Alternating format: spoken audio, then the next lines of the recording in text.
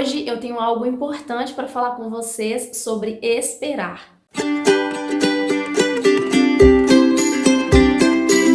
Meu marido que vive falando, né? Eu detesto esperar, eu não suporto esperar. Mas a verdade é, quem nunca esperou na fila de um banco e ficou lá horas e às vezes tinha uma coisa urgente para fazer, mas o banco ficou ali te travando e você ficou 2 horas na fila, né? Já aconteceu isso comigo. Ou a gente teve que esperar um download que ficava ali rodando, o negócio não ia também pra frente. São tantas coisas, né, que nós já passamos pelo período da espera. Uma delas, a principal de todas, que todo mundo já passou por isso, é o nascimento. Esperar para nascer, você teve que ficar ali 9 meses na barriga da sua mãe. Ô, época boa, viu? Não tinha um boleto para pagar nessa época. Não tinha uma preocupação. Tava tranquilona. Bom, e eu tenho muita experiência com espera, porque já são mais de 6 anos tentando engravidar.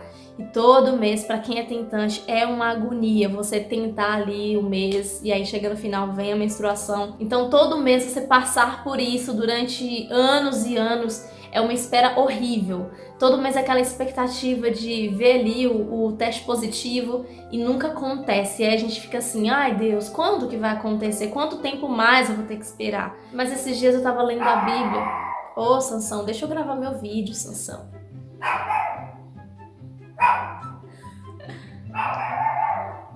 Sansão! Vem aqui. Vem cá, dá oi pro pessoal. Oi, gente! Oi, gente! Ai, meu travesseirinho! Meu ursinho de pelúcia, gente!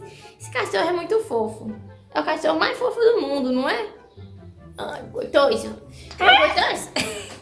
Meninas, e uma coisa aqui pra vocês que querem casar, têm o sonho de ser mãe, antes de tudo, façam exames pra ver se tá tudo certinho com você, com o seu sistema reprodutor, que às vezes a gente fala assim, quando eu quiser engravidar, quando a gente casa, a gente não tem o plano de engravidar logo, né? Então a gente fala assim, quando eu quiser engravidar, vai ser na hora que eu quiser, e nem sempre. Então procure investigar antes, que isso pode te livrar de ansiedade, de angústias futuras. Voltando aqui ao nosso assunto, esses dias eu tava lendo a Bíblia em Gênesis, contando ali a história de José a partir do capítulo 37, e eu tava olhando a atitude de José na casa do Potifar e na prisão. Depois você dá uma olhada, dá uma lida nessa história, gente, porque essa história é fantástica. A Bíblia fala que José era um menino, filho de Jacó, ele estava ali morando com o seu pai, e aí, de repente, ele foi arrancado brutalmente da sua família por inveja dos seus irmãos. Na sua família, José era visto como um sonhador. Ele tinha sonhos e levava esses sonhos para os seus irmãos, para o seu pai.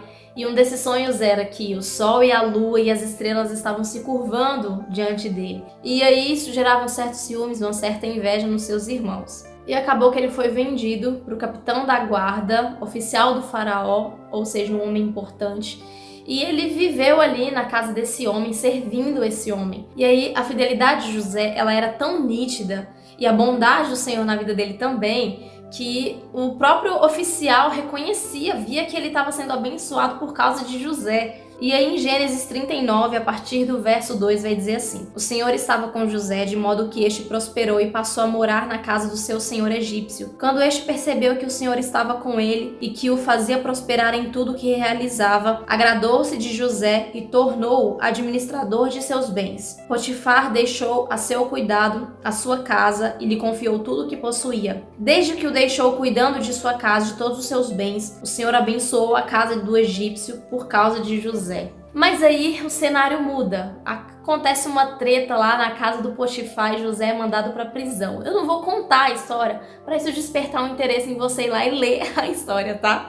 Mas aí José é levado para prisão por conta de uma mentira lá da esposa do Potifar. E aí ele fica na prisão anos e anos. Não sabemos dizer ao certo quantos anos ele ficou lá, mas foram muitos anos. E aí, gente, vamos ver o que José fazia na prisão? Gênesis 39, verso 20. Mandou buscar José e lançou-o na prisão em que eram postos os prisioneiros do rei. José ficou na prisão, mas o Senhor estava com ele e o tratou com bondade, concedendo-lhe a simpatia do carcereiro. Por isso o carcereiro encarregou José de todos os que estavam na prisão, e ele se tornou responsável por tudo o que lá sucedia. O carcereiro não se preocupava com nada do que estava a cargo de José, porque o Senhor estava com José e lhe concedia bom êxito em tudo o que realizava. Agora sim nós vamos entrar nesse assunto da espera. O que tudo isso tem a ver com a espera? Falei com vocês dos sonhos de José. Deus tinha um propósito para a vida de José e era um propósito muito lindo. Aí José é vendido, é colocado na casa do Potifar e ali ele está servindo a Deus com fidelidade. Depois ele é lançado na prisão. E nesse mesmo lugar ele serve a Deus com excelência. Nesse mesmo lugar ele é reconhecido como uma pessoa que anda com Deus, porque eu acredito que o coração dele era um coração que pensava naquele versículo, né? Tudo que fizer, faça como se fosse para o Senhor. E o que tudo isso tem a ver com espera? José tinha o mesmo coração no palácio e na prisão. Enquanto nós estamos esperando, qual é a nossa atitude? Às vezes a gente se rende à murmuração, à reclamação, e a gente fala assim, não tá acontecendo mesmo, nunca vai acontecer mesmo, e a gente começa a cometer vários pecados por conta disso, por achar que Deus é infiel,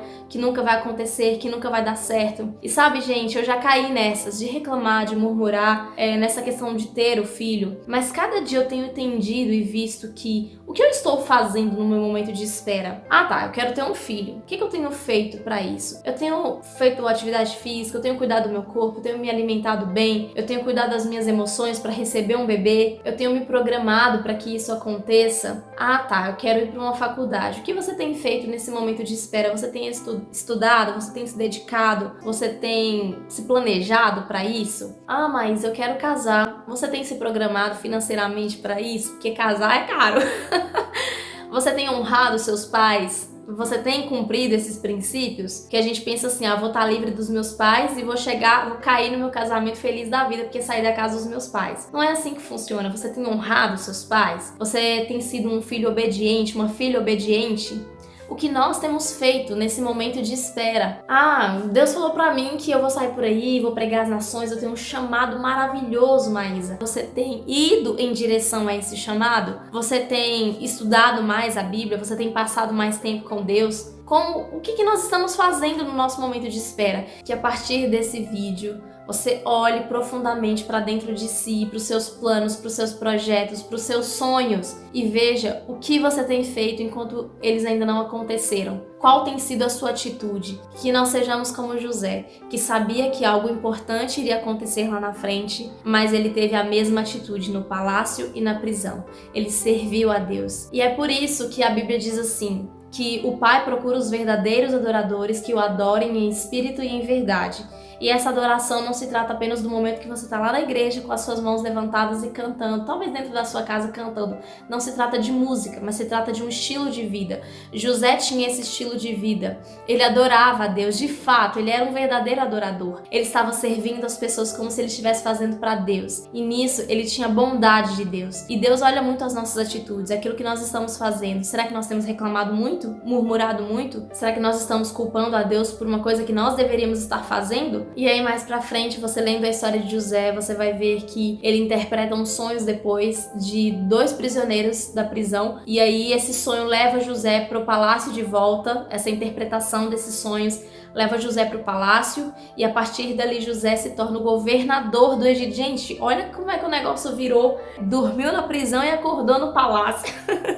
Eu acredito que é isso que Deus deseja fazer em nós, se nós nos mantivermos fiéis. E caráter, gente, é aquilo que você é quando ninguém está vendo. Eu acredito que agora tem muitas pessoas que estão vendo esse vídeo, talvez você está no palácio. Hoje a sua vida é a vida do palácio. Você está ali servindo, sua vida está indo bem, você está servindo com fidelidade a Deus. E tem outras pessoas que podem estar na prisão. Prisões emocionais, prisão de alguma situação que você esteja enfrentando. Qual tem sido a sua atitude?